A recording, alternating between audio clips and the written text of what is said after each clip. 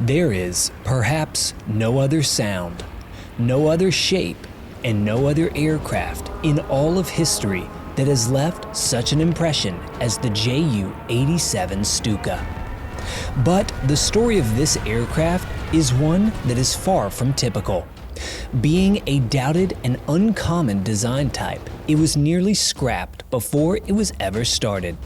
But against all odds, this infamous dive bomber would wreak havoc across multiple fronts, raining down terror from above and leading the German advance in multiple invasions during World War II.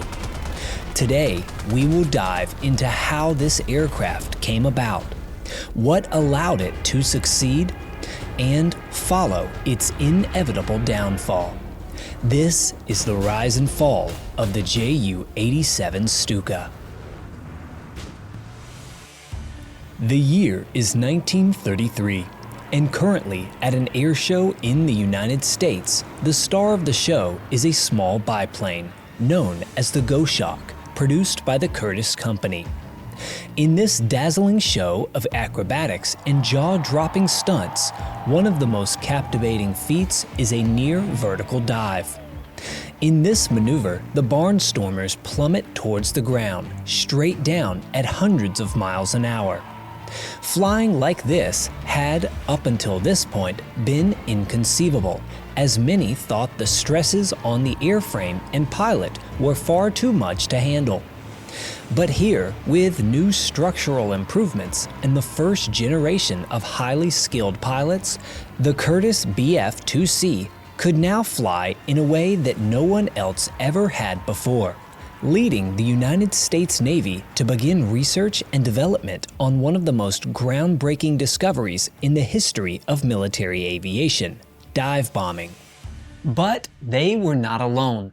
In the audience of this simple air show in Cleveland, Ohio, was one other unexpected onlooker, one who would change the history of aviation, one who would help create one of the most iconic aircraft ever flown, and one who would bring the concept of dive bombing back to his home country of Nazi Germany. This onlooker was a 35-year-old German by the name of Ernst Udet, the second highest scoring ace of World War I, only behind the Red Baron, and currently one of the most respected stunt pilots in the world. While on break from his own barnstorming shows, he watched the Curtiss aircraft execute the near vertical dive and was in awe. The German stunt pilot had never before seen such feats, and now wanted one of these planes for his own show in Europe. Unfortunately, being but one man with a humble air show, he could not afford such cutting-edge aircraft for his personal use. But luckily, he soon found someone who could. The newly appointed chief of aviation for the newly seated Nazi Party, Hermann Göring. When Göring, who was already secretly beginning to build up the Luftwaffe, got wind of Udet's desire for Curtiss Hawks, he reached out and told him to purchase them, and that the Nazi Party would front the bill.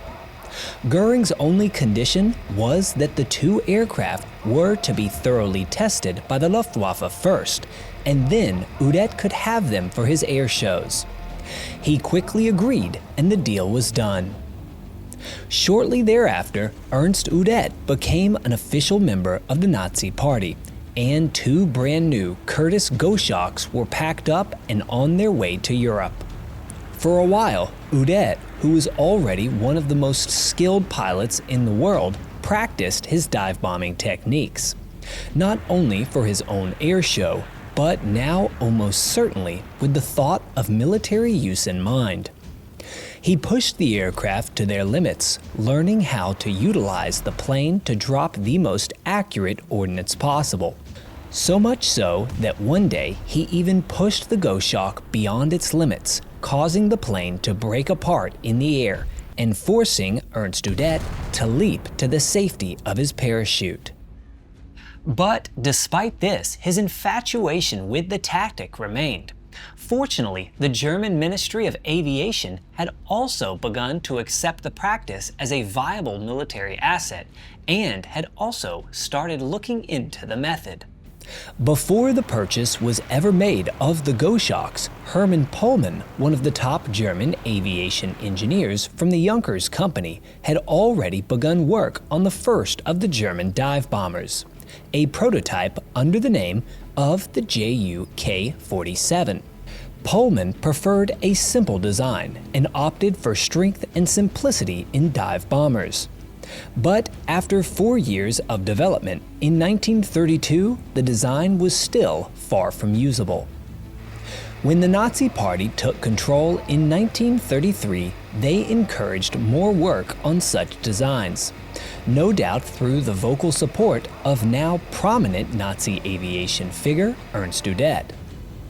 After testing in January of 1936 killed Junkers' top test pilot, changes would quickly be made to the first version that would include the scrapping of a twin-tail section, which was originally implemented for better gunner visibility, as well as adding inverted gull wings and dive brakes for better stability in the air. Soon, the shape of the aircraft became a little more recognizable. Later in the spring, after being outfitted with a Jumo 210 engine, the first test flights of the new model, the Ju-87, went fairly well. But nonetheless, outside of Udet, the new design from Junkers had very few fans in the German Air Ministry, with many considering it underpowered.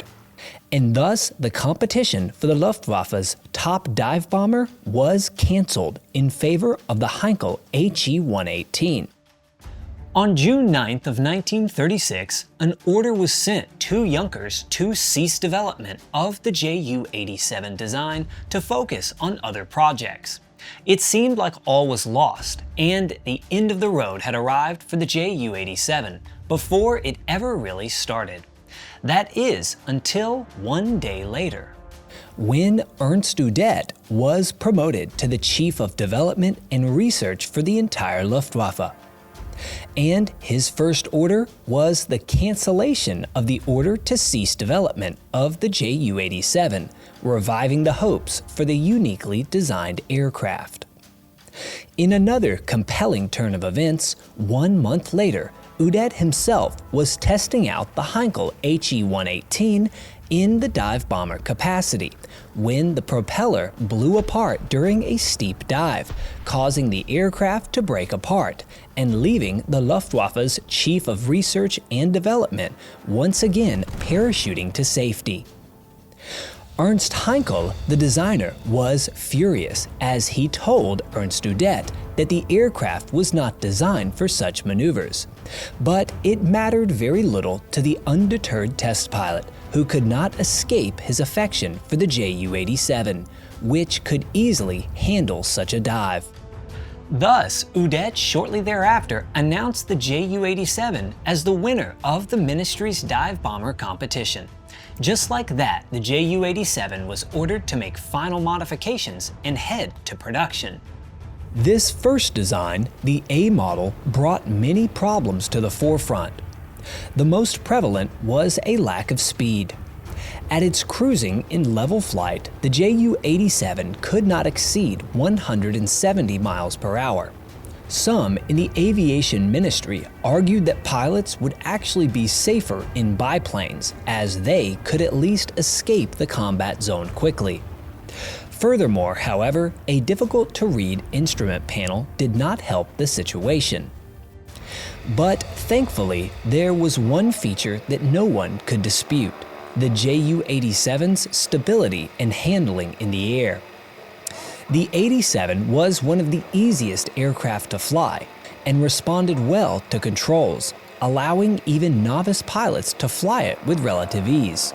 This was no doubt one of the aspects that had kept it in the dive bomber competition for so long. Fortunately, by the time the B model was sent to production in 1937, the Ju-87 boasted many improvements and features that would become iconic in the aircraft.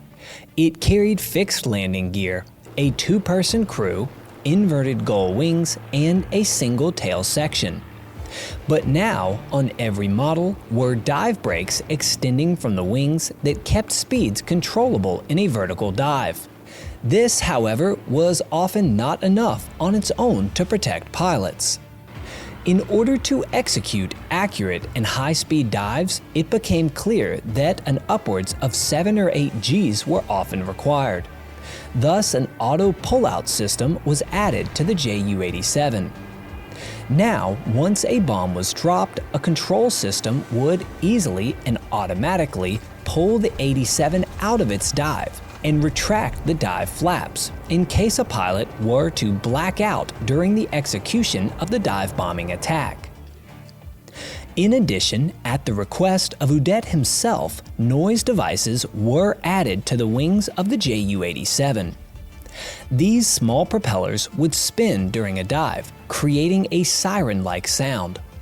And although it added a noticeable drag to the aircraft, the propaganda effect was worth it, as the wailing scream of a diving Stuka would eventually become synonymous with the Luftwaffe.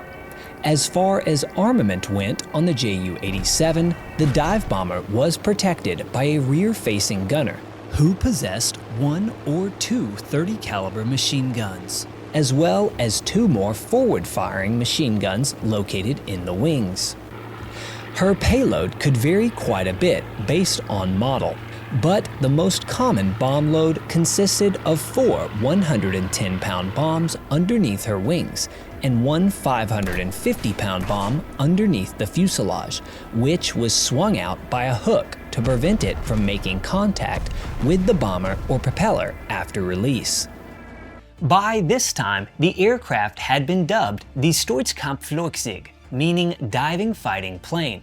But with that being a mouthful, the name was soon shortened to Stuka, and a legend was born.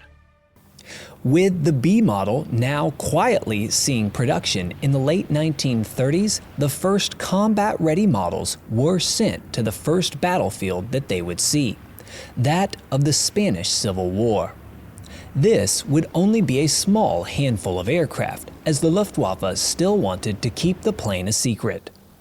However, even with the small numbers, this brief service provided Luftwaffe pilots and leadership with invaluable experience for the upcoming worldwide debut of the Ju-87. This unveiling and baptism by fire would take place in September of 1939 with the German invasion of Poland. As Hitler ordered the attack that would send the world into war, the brand new Ju-87 would lead the way, dropping the first bombs of the war onto pinpoint Polish military targets along the Vistula River. Not only did they achieve this goal and open the war with incredibly accurate and frightening bombings on buildings and civilians, but they also were able to target specific demolition cables laid out in the area, something that was up until now thought to be nearly impossible. For the remainder of the brief Polish campaign, the Stuka would operate in close cooperation with German ground forces, providing a level of support and accuracy never before seen in air support, proving that Ernst Udet had been right in many of his theories about the value of dive bombing in a modern military campaign. The Ju-87s operating over Poland had led the charge from the air and had taken very few losses in the process. In fact, here we can see one of the first ever published photos of the new aircraft just a few days after the attack in Poland in the New York Times, clearly showing that the Ju-87 was drawing attention all across the world. But clearly, a lot of disinformation still existed, as can be seen by the use of the word fast to describe the Ju-87. The inaccurate information would continue for years, as actual intel on the bomber was hard to find, with one article I located even later claiming that Ju-87 Stukas had been seen participating in the attack on Pearl Harbor, showing just how on edge the world was regarding this new and frightening aircraft. But even with all of this attention and acclaim, the most important question was, would the success last? During the next trial that the Ju-87 faced, it appeared as if it certainly would. But before we get there, you probably have noticed the incredible looks of the Ju-87 Stukas used in this video. Every feature is perfect right down to the cockpit. And that's because every one of these beautiful visuals is made using the sponsor of this video, War Thunder. War Thunder is the most comprehensive vehicle combat game ever made, and is how I recreate all these scenes from history, with viewers just like you playing many of the parts. Using their more than 2,500 tanks, planes, helicopters, and ships, from 1920s biplanes all the way to the battle tanks of today, I'm able to stage battles, dogfights, and combat exactly how it was actually fought. And with their in-depth customization, I can make sure that every plane or vehicle has historically accurate markings and camouflage. And the best part is War Thunder is totally free to play on PC, console, or mobile device, and you don't need any fancy hardware to play. A mouse and keyboard works just fine. There's a reason that they have a community of more than 70 million players in epic online battles, because there's simply no better game for military history fans. Download War Thunder for free on PC, PlayStation, Xbox, or mobile device at the link in the pinned comment or description. Plus, if you're making a new account or haven't played in 6 months on PC or console, you'll get a massive bonus pack with premium vehicles, 100,000 silver lions, and 7 days of premium account, only for a limited time. So don't wait. Join War Thunder today, and even join my Discord so you can come be a part of my recreations. Now, I believe we were just about to head to the Stuka's next theater. This would come in the Battle of Norway in the spring of 1940. In the mountainous and wooded terrain of Northern Europe, it was clear to the German commanders that the Stuka would be of minimal aid in close ground support, as the landscape made dive bombing difficult and the terrain could easily conceal enemy targets. But another use for the Ju-87 was found, that of naval attack. One of the primary defensive forces in the Battle of Norway would be the Royal Navy, attempting to support and supply defending Allied troops on the ground, as well as striking German ships operating off the coast of Norway. The Ju-87 groups would put a halt to this, however. Many times during the Norwegian campaign, ships of the Royal Navy that came close to the coast of Norway found themselves the victim of Stuka attack, and the results were devastating. On April 9th, Norwegian destroyer hit by Ju-87s off the coast, run aground and scuttled. April 17th, Royal Navy cruiser destroyed by Stukas, forced to limp back to Scotland with 33 dead on board.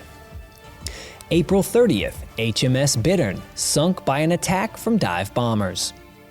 And May 3rd, a British and French destroyer, both sunk by Stukas during the evacuation from Namsos.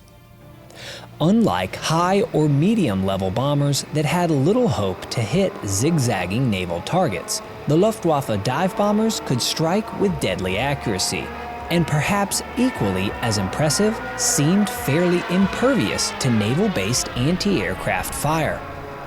But why was this? To illustrate this answer, let's walk through the standard method of attack for a dive bomber pilot. First, pilots would begin their attack with an approach of about 13,000 feet.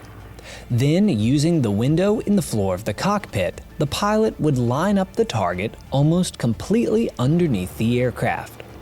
From here, the accurate methodology might have varied.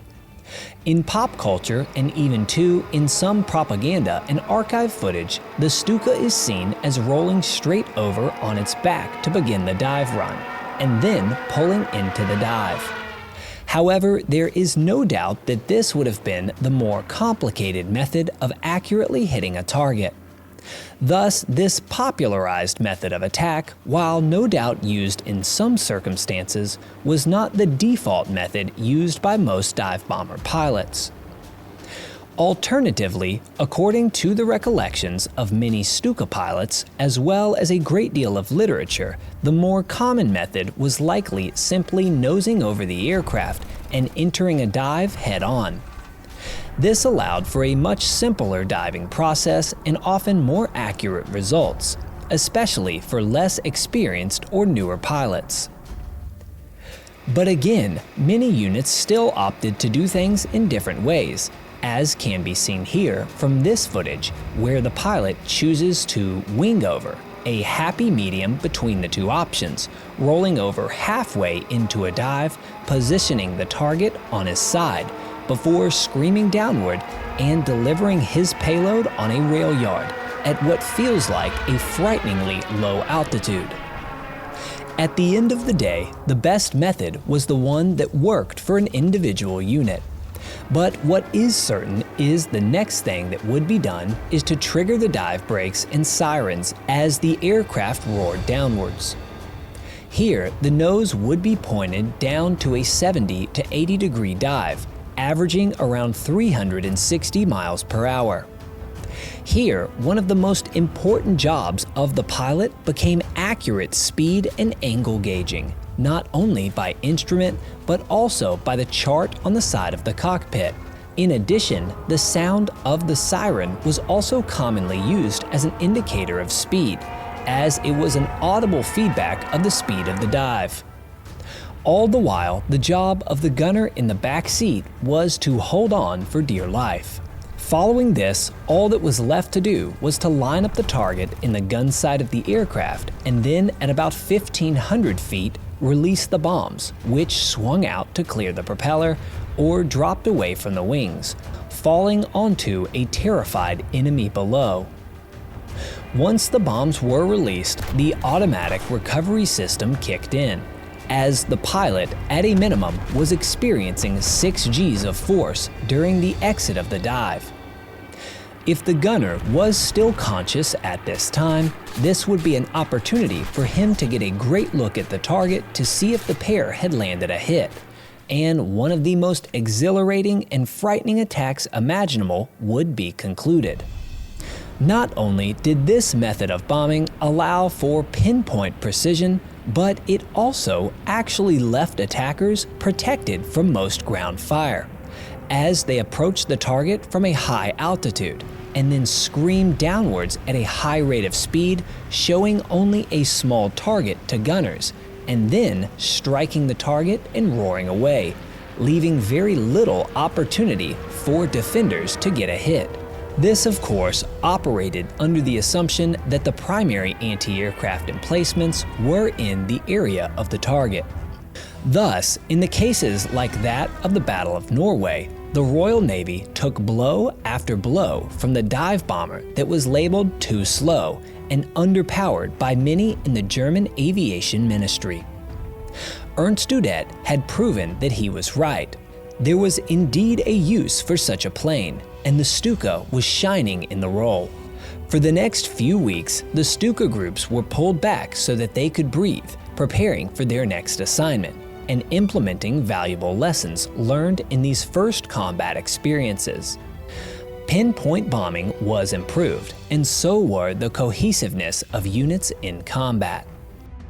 Soon after the brief period of rest, the Stuka groups were moved up to prepare for Hitler's next target, France. In May of 1940, they assisted in almost every step of the way as the Wehrmacht advanced through the French countryside, starting with the breakthrough at Sedan. Here and at many other targets, the Stukas proved again their usefulness, as well as improvements in accuracy, neutralizing enemy buildings and defensive positions as the ground forces advanced at lightning speed. During the Battle of Belgium as well, the Ju-87s once again sunk ships faster and with far more efficiency than any other weapon that the Germans had in their arsenal. Throughout these campaigns, the Ju-87 became a symbol of blitzkrieg warfare, leading the charge just ahead of the German army and paving the way for their swift and seemingly unstoppable advance. In the evacuation of Dunkirk, this reputation was solidified, as many unprotected and vulnerable soldiers and ships fell victims to the screams of the Stuka. There is perhaps no moment more terrorizing in the Ju-87's story than attacks of exhausted and evacuating British soldiers on slow-moving civilian ships, desperately trying to limp home across the Channel. With the conclusion of the Battle of France and Dunkirk, it was now undeniable. The Ju-87 was not only an effective military weapon, but also a propaganda icon of the Nazi war machine. But with so much talk of victory and success for the German Army and Air Force, a subtle note went under the radar of many. That was the fact that here in France, the Ju-87 had begun to see evidence of a chink in the armor. Although the Stuka was indeed successful during these campaigns over France and the English Channel, there were occasions now that the dive bomber groups had seen heavy losses, particularly on the rare occasion that the French or Royal Air Force was able to put up organized fighter squadrons in an area where the Stukas were unescorted. For example, on May 12th, a flight of just 6 Curtiss P-36 fighters, far from an advanced frontline aircraft, located an unprotected flight of 12 Ju-87 Stukas near Sedan, shooting down a number of the bombers. During the period of May 28th to June 4th, during attacks on British shipping, the Royal Air Force was able to, on occasion, locate Ju-87 flights over the Channel. And despite heavy damage being done to their targets, the Ju-87 flights lost 11 aircraft across these attacks, despite being only intercepted twice by RAF fighters. Thus far, in Poland, in Norway, and in most of France, the Luftwaffe had owned the skies. Messerschmitt 109s had kept the enemy fighters far from the Ju-87 Stukas, or the enemies of Germany had lacked modern air forces altogether. This meant that the Ju-87s had rarely seen attack from an organized air force. That is, until now. Although it was just a passing glimpse at weakness, it was a crucial warning to German commanders regarding the operation of the Stuka, one that would, unfortunately, go unheeded. With the conclusion of the Battle of France, it was inevitable that the Battle of Britain was about to begin. This would be an intense air battle over the Channel and coast of England to pave the way for Hitler's planned invasion. And in this battle, the Stuka was clearly expected to play a starring role, as Hermann Goering had now moved all available Ju-87 units to the frontline airfields in France to take part in the campaign. To begin, the dive bomber carried on her newly found success, as Stuka groups pounded British shipping throughout the Channel, sinking 4 freighters on the 4th of July, and then executing a devastating attack on the HMS Foylebank in Portland Harbor, killing 176 of her crew before she sank. In fact, even on land targets, when the fighter defenses were held at bay, Stukas were effective. On Eagle Day, the 13th of August, 109s kept the RAF fighters busy while 86 Ju-87s of Stuka Group 1 struck an RAF airfield, killing the station commander, leveling buildings, and destroying 20 aircraft on the ground. However, the Royal Air Force soon enough had their defensive system organized, and with nearly every attack, fighters were vectored to intercept. On multiple strikes to Britain, Stuka groups were located by patrolling Hurricane and Spitfire flights, which dealt devastating losses to the German bombers. RAF pilots soon discovered that they were fairly easy targets on the way to and from their targets. But even if they were caught in their bombing run, their automatic pullout system was predictable and left the Stukas slow and climbing right after releasing their bombs, an easy target for almost any pilot. As losses quickly began to climb, Goering soon ordered fighters to closely guard the Stukas. But this caused only more problems, as now the fighters, too, were vulnerable and slow. July 20th, 2 Stukas downed by RAF fighters in a shipping attack, crash landing in France. August 8th, no less than 5 Stukas downed by RAF interceptions over the channel, with one coming to rest in a tree here. August 16th, Stuka Group 4 alone loses 4 87s while bombing Tangmere, including this one, which miraculously landed with both crew knocked out. And then on August 19th, the hardest day, 16 Stukas were shot down, with a great number of additional damaged. In only the past week, 20% of the entire Stuka force had been wiped out. It became clear that the success of the Stuka depended on air superiority, the very thing that was being contested during the Battle of Britain. Even the overly optimistic Hermann Goering could not deny the results any longer. The Royal Air Force had proven too much for the Ju-87, and all Stuka groups were ordered to be withdrawn.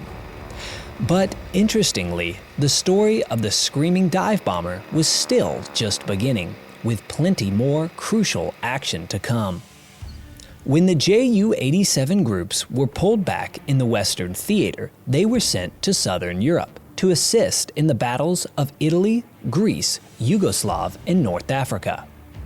In all of these areas, their enemies once again lacked air power and organization, so the Luftwaffe dominated the skies, and once again, the screams of the Stuka sirens would ring out in triumph, primarily against shipping and stationary ground targets. All of this was very well timed for the Luftwaffe, as the Stuka groups were in need of a morale boost and some milk runs. For, unbeknown to them, they were about to be sent to a totally new front, one where they would once again lead the charge. In the summer of 1941, Hitler decided to commence Operation Barbarossa, the invasion of the Soviet Union. In preparation for this, 4 entire dive bomber wings were moved to the east. Here, the battlefield was unlike any other previously seen. The terrain of the Soviet Union in many parts was level and open, with unhindered visibility for miles. This was ideal for the Stuka, as targets could be seen easily. Even tanks and small vehicles were difficult to hide in the open battlefield of the East. Furthermore, on the very first day of Operation Barbarossa, the Luftwaffe's primary assignment was to take out the Soviet Air Force. And to say that they accomplished this would be an extreme understatement. On the first day of the invasion, German fighters and bombers reported that they had destroyed 1,489 Soviet aircraft, primarily on the ground. When Hermann Goering heard this, even he refused to believe it. He ordered the figures checked, and upon examination of the wreckage at airfields, his staff came back and said the original number was too conservative.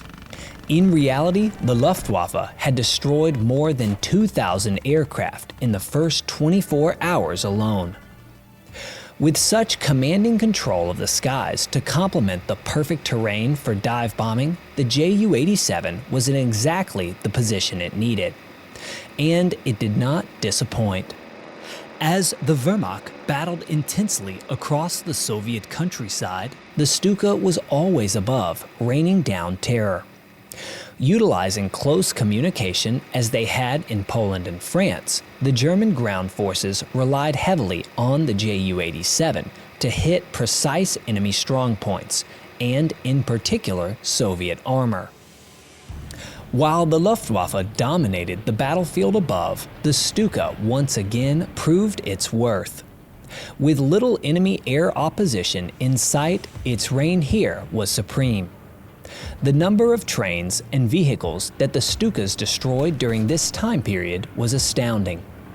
The Red Army took high casualties across the board, and the Ju-87s dealt many of the heaviest blows. From the summer of 1941 until the fall of 1942, German dive bombers were a dominant factor in Operation Barbarossa, as well as the battles of Kuban and Stalingrad. But this right here was likely the high point for the Ju-87 Stuka. Despite a great deal of success in the air, the German army had failed to keep up with the Luftwaffe's victories. German commanders had apparently underestimated the difficulty of logistics and supply movement in the Soviet battlefield, slowing the push on the ground. And while this took place, the Luftwaffe simply could not hold back the Soviet Air Force forever. By the beginning of 1943, the Soviets had rebuilt a substantial force of fighters and were now contesting German air superiority. As was witnessed in the Battle of Britain, this is where the Ju-87 went from serious threat to easy prey. Losses began to rise for the dive bomber units at an alarming pace. But this time, the Luftwaffe commanders opted to try a new strategy. Despite the success early on in the Eastern Front, it was obvious by now that the 87 was an obsolete design. Thus, all dive bomber groups were essentially removed from the Luftwaffe. But that doesn't mean that they didn't continue fighting, nor did it spell the end of the combat tenure for the Stuka. The former dive bomber groups were, instead of being removed, simply changed to ground attack units. And the Ju-87D models that were now in widespread use were replaced by a new version, the G model, appropriately named for ground attack operations. One of the most esteemed German pilots at this time was a man by the name of Hans Rudel, who would go on to become the most successful Stuka pilot in history, flying 2,530 ground attack missions, all on the Eastern Front. During his time striking the Soviets, he led much of the feedback that went into the design of the G model of the Stuka, and molded it to be a lethal tank killer. This model saw an upgraded engine to the Junkers Jumo 211, but more importantly, two 37mm cannons were added underneath the wings. These could only carry 24 rounds of ammunition, but the heavy armor-piercing shots only required 1 or 2 hits to eliminate a piece of Soviet armor.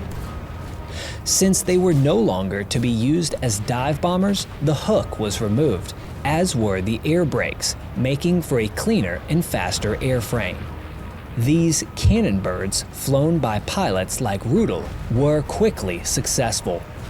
Flying at low level, they would come in and unload their cannons from the side or rear of enemy armored units, leading some ground attack squadrons to claim hundreds of tanks destroyed before the war's end. But even here, soon enough, the faster and more versatile Focke-Wulf 190 replaced many of the G models within ground attack units. From the start of 1944 forward, the use of the Ju-87 declined rapidly, but never truly went to zero. Even while Mustangs and Spitfires soared over Berlin, Ju-87s were still in use for the defense of the capital city. In February of 1945, leftover Stukas were used to repel one of the last Soviet offenses as they reorganized their air support. But this would only last a short while. By the end of the war, there were less than 100 Ju-87 Stukas left operational in German hands. The simple fact had remained: when the Luftwaffe possessed control of the air, the Ju-87 was a deadly weapon, providing pinpoint bombing, terrorizing targets and supporting ground troops closer than had ever been done. But the moment that enemy fighters arrived and supremacy of the skies was lost, the Ju-87 was a sitting duck, ripe for the slaughter. Nonetheless, the Stuka was one of the most terrifying and iconic aircraft in history, and one of the few aircraft that served from start to finish in the Second World War. Don't forget to check out War Thunder now free on PC, PlayStation, Xbox, or mobile, and use my links in the pinned comment or video description to join.